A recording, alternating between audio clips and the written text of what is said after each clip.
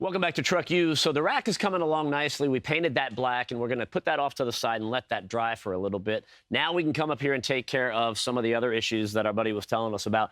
Namely, it's just kind of like a hard start and a little bit of a rough idle, and he noticed he was losing some acceleration on there. And that's going to be due to carbon deposits, which can happen, depending on the oil and the fuel that you use in the engine. So what we want to do is we're going to use CRC intake valve and turbo cleaner to go ahead and clean those out. And it's nice and easy to do. You're just going to spray that into the intake right there, and basically it kind of uses the air as a carrying agent to get in there into the air fuel mixture, and then it'll clean those deposits over time. So Bruno, as soon as I get Bruno, you out there somewhere?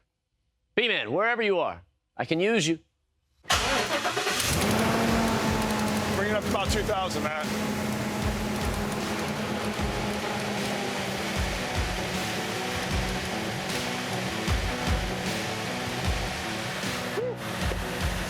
Should be good. Whew. All right, Matt, take it around the block now. All right. Want to put this hose back on?